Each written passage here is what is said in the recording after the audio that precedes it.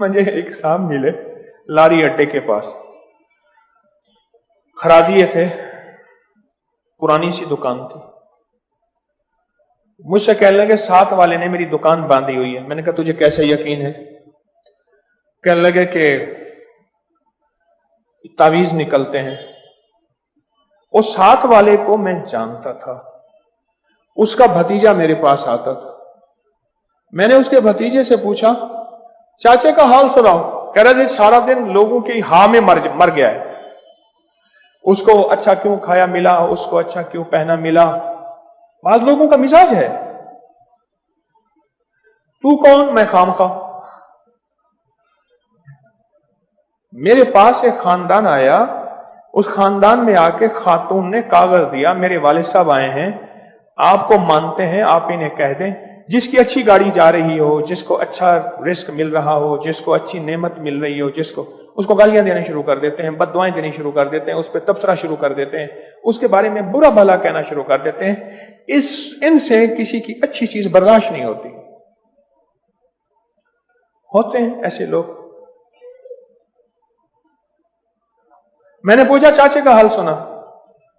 کہنے لگے سارا دن اسی میں مرا جاتا ہے اور پھر لوگوں پہ تویز کرتا ہے، جو بھی الٹے سیدھے کرنے والا ہے اس کا یار ہے.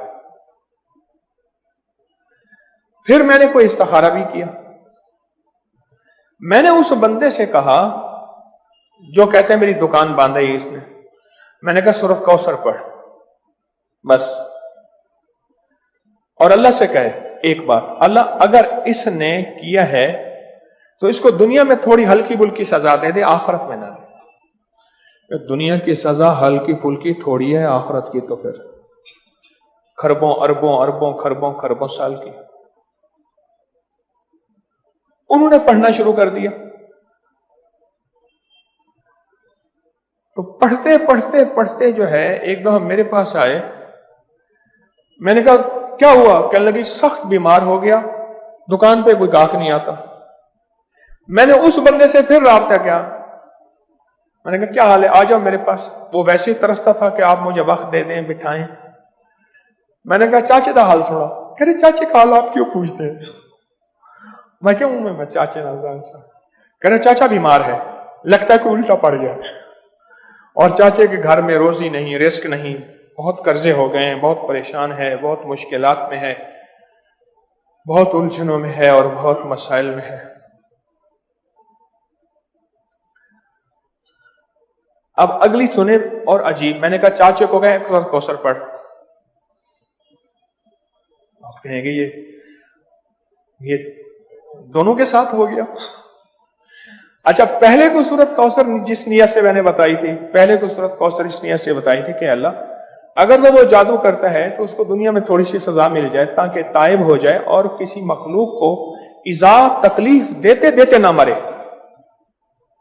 مخلوق کو ایذا تکلیف دیتے دیتے نہ مرے، مخلوق کے عذاب بلا کا ذریعہ بن کے نہ مرے، ظالم بن کے نہ مرے. دوسرے لفظوں میں اب اس کو کیوں بتائی تھی؟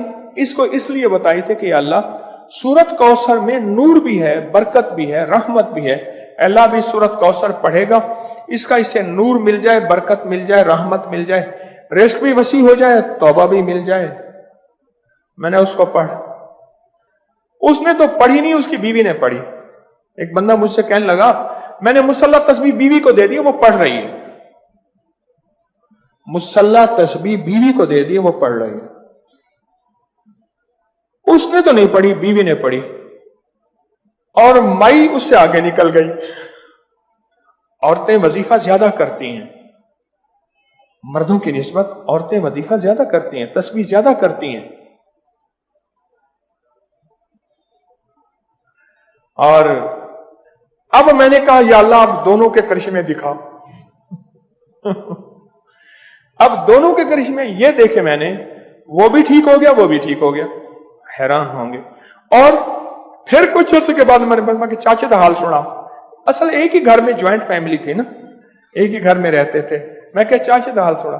کہہ رہی جی چاچے کو پتہ نہیں کہاں سے نصیحت مل گئی ہے، نماز بھی پڑھتا ہے، کہتے اللہ میری توبہ اب تک میں جن کو ستایا معاف کر دے، اور جن کو ستایا تھا، تعویذ کیے تھے، ان پہ کوئی جادو کرائے تھے، ان سے جا کے معافی مانگتا ہے. کہہ رہا وہ 7 والا نہیں، وہ جو خرا دیا ہے اسے بھی معافی مانگی ہے. اچھا میں نے اس سے معافی مانگی ہے. اور پھر سورۃ کوثر، آج آپ کو ایک اور پتہ بھی ملا. سورۃ کوثر صرف رزق کے لیے نہیں، ہدایت کے لیے بھی ہے، ایمان کے لیے بھی ہے، کلمے کے لیے بھی ہے، دل کے تالے توڑنے کے لیے بھی ہے. اور دل پہ جو جادو کے تالے لگے ہیں، نفس اور شیطان نے لگائے ہیں، ان کو توڑنے کے لیے، جادو کے تالے توڑنے کے لیے، اور حسد کے اور انتقام کے اور بغض کے تالے توڑنے کے لیے. اور دل پہ جو پھر کہہ رہا ہوں، جو جادو کے تالے نفس اور شیطان نے گرہیں لگائی ہیں، عقد، وہ گرہیں کھولنے کے لیے بھی سورۃ کوثر ہے، وہ گانٹھیں کھولنے کے لیے بھی سورۃ کوثر ہے.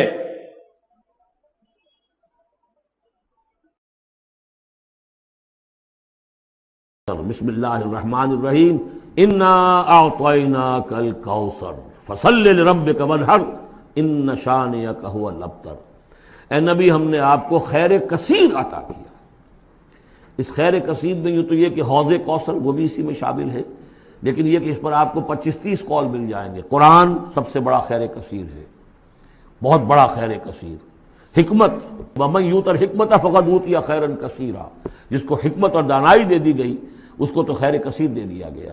تو ہم نے آپ کو وہ سب کچھ عطا کر دیا ہے، اور محتاط کے ساتھ عطا کر دیا ہے، جو انسان کی انسانیت کے لیے، اس کے لیے یوں سمجھیے کہ ترہ امتیاز بن سکتا ہے.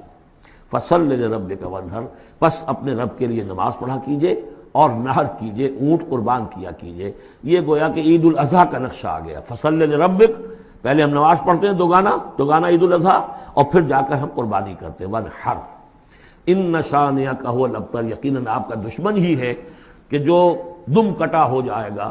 اس کا پس منظر یہ ہے کہ جب حضور کے ایک صاحبزادے بچپنی میں فوت ہو گئے تو کچھ جو کفار تھے مکے کے، انہوں نے بڑی خوشیاں منائیں کہ ایک ہی بیٹا تھا، باقی تو ان کی بیٹیاں ہیں. آپ کو معلوم ہے کہ 4 بیٹیاں تھیں حضور کی صلی اللہ علیہ وسلم، لیکن یہ کہ بیٹا جو تھا وہ ایک ہی تھا، وہ اللہ نے اٹھا لیا. تو بڑے خوشیاں منائی گئیں کہ یہ تو اب دم کٹا جیسے ہوتا ہے، جس کا کوئی پیچھے نام نہ رہ جائے.